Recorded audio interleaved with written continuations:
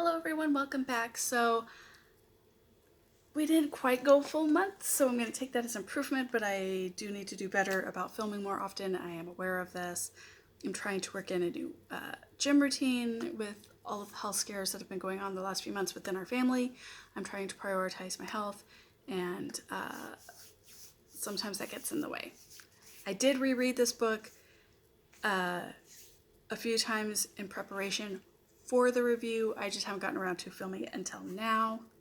Sorry. So, that said, let's get into it. This is The Devil's Angels MC Book 2, Axel by Lola Wright.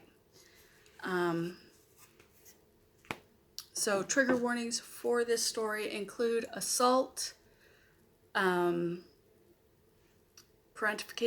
of a child. I don't know how many people are triggered by that. However, I do know it can be triggering, so I want to make sure I disclose that. And then also, most importantly, out of all the triggers, human trafficking. There's human trafficking, and then there is the victims of human trafficking beginning to deal with their trauma from being trafficked. So, that said, let's get into the story. This is the story of Axel and Baily. Axel is I think he's the BP of the Devil's Angels MC. He is the adopted brother of Ava, which makes him the in-law of Gunnar, the president of the Devil's Angels MC, and the son of Petey. Axel was raised by a single father, and even though his mother bailed on him, he turned out to be pretty well adjusted. He is a very good-natured guy. He cares about his friends and his family. He wants good things for people. He is a bit of a jokester and a bit of a man whore and an attention slut. That said, he does have a good heart, and if you read the first book, then you will probably have developed some very warm feelings for Axel. Whether he's your type or not, totally relevant. And in contrast to Axel, we have Baily, who is also raised in a single parent home. Her mother, on the other hand, was not stable. She is a hippie, free spirit, but also very manipulative. So from a very young age, Baily has always felt she had to take care of her mother. That's where the parentification comes in. From a very young age, she was the one prioritizing making sure there was food in the house. She was the one making sure that bills got prioritized. If it was up to her mother, there would never be anything in the house besides alcohol and marijuana. Which, nothing wrong with those things, but when it interferes with your ability to care for your child, that's where I think most of us have a problem, right? Right. So, Baily has found out that her boss is actually working for a mob boss. And it turns out he'd done a very, what I would consider to be a very stupid thing, which is she informed her boss that she knew what was going on and that she would not work on the account, because she is a CPA for a tax accountant. So the very opening scene of the story is literally Baily trying to get away from the goons of said mob boss, who've been sent to send her a message of what will happen if she talks. This is when she runs into the Devil's Angels MC, literally running into them as they are driving around town and knocking one of them off of their bike. Being the men of the Devil's Angels MC, they were not comfortable with this going on, with Baily being under threat from a mob boss, with any of this going on in their town. So they take her under their protection. They put her into an apartment above Ava's Bakery, and they give her a new job doing the books for the businesses. And this is actually how Baily and Axel's relationship develops. Axel is already kind of infatuated with Baily. He finds her attractive. And she's different from most of the women that he's been with in the past. So he does go out of his way to make sure that he is the one on duty to take care of her whenever he can. But because of the fact that she is going from business to business within the club to do all of the books, she does get to know the other members. So this leads to some very interesting and fun scenes where maybe Axel feels like he's being ignored. and thinking that maybe there's competition with some of his brothers in the MC for this woman that he's interested in. So that's kind of fun. You do see some of the issues from parentification with Baily a couple of times. One in particular where Axel basically insinuated she needed to lighten up and basically repeated something to her that her mother had said. And justifiably, she was pissed the hell off. Now, to his credit, Axel, every time he has screwed up, has learned from it and tried to do better, and has basically programmed into his phone the number of the flower lady in town. And I'm pretty sure they're going to be on a first name basis by the next book. Things come to light, and it turns out that the books that Baily's previous boss was working on contained information for human trafficking as well. And so the guys step in and rescue a group of women and girls that were being trafficked. And that's where, obviously, where the human trafficking comes into play. So it is a little bit darker than the first one was. The first one had some darkness to it with Ava being kidnapped. I feel like when you have children involved, it does make it seem a little bit darker. That could just be me.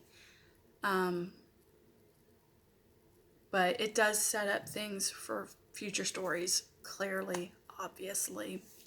We do get more of the lovable Pooh in this one. The tall, curly-haired, lovable teddy bear man. And also Baily's friend, Lucy, who appears to have an interest in Pooh, so that's going to come up at some point. What I really liked about this one was, once again, you have Baily, who's a strong woman.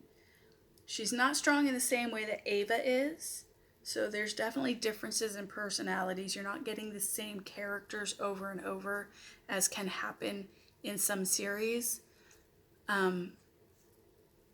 You do see Baily start to loosen up. You do see her learning to trust the people around her and learning the difference between the screwed up relationship that she grew up with her mother versus a healthier relationship with Axel, with Petey, and all of the people associated with the MC. So she does start to learn balance a little bit more. And you see that because it turns out she's actually a really good artist. And as a thank you for one of the members, she painted a part for a bike for him. And so it showed growth in that because she never wanted to actually sell her art or give her art to anybody. She just wanted to make her art. And she actually started to think enough of herself just a little bit to where she thought maybe he would like it. And funny enough, he did. You see growth with Axel as well. He goes from being the man whore that we know him to be, to realizing that, hey, sometimes more isn't better. Sometimes it's just more. Quality versus quantity is a thing, even with relationships or hookups. And you get to see the father-son relationship a little bit more in this one than you did in the last one. You do get a couple of the father-son conversations, and you see, oh yeah, that is why Axel came out so well adjusted, was because he did have his dad is awesome. So you see growth on both of their parts. So you do have different routes for how the relationships are going in the stories, at least so far, right? Like with Axel, or not Axel, but with Connor and Ava in the first book, they were both pretty well independent, and they just kind of meshed into a relationship. They had a few ups and downs, but with this one, it's a little bit more hesitant, it's a little bit more reserved, and you do see the growth into it, which I think is really great. It speaks volumes for the author that she's able to write stories within the same MC and have them be so different. So I do think that bodes well for future stories in the series. I don't know when the next review for these books will be. I have read the next book, but it was a long time ago. I'll have to reread it. And I'm currently reading some other stuff. But the plan is there. So I do think I asked on my last review. If not, then comment down below if you want me to go back to a rating system. I personally feel like I'm a little lenient with the rating system. However, if you find it would be beneficial for you, then please let me know in the comments down below. If not, then I will just continue with whether or not I think it would be a good read. And I do think this one is a good read. I think the characters are very diverse. They are very well written. They all have their own personality quirks. They're not all carbon copies of each other, which is what I have run into with some stories. And as such, I probably won't be reviewing them because I don't want to review a series where it's going to be carbon copies. So would I recommend it? Yes, I would. I would recommend it to almost anybody, with the exception of anyone who may have a problem with the trigger warnings I'd already mentioned before. So, yeah. Hopefully I get to the next review sooner rather than later.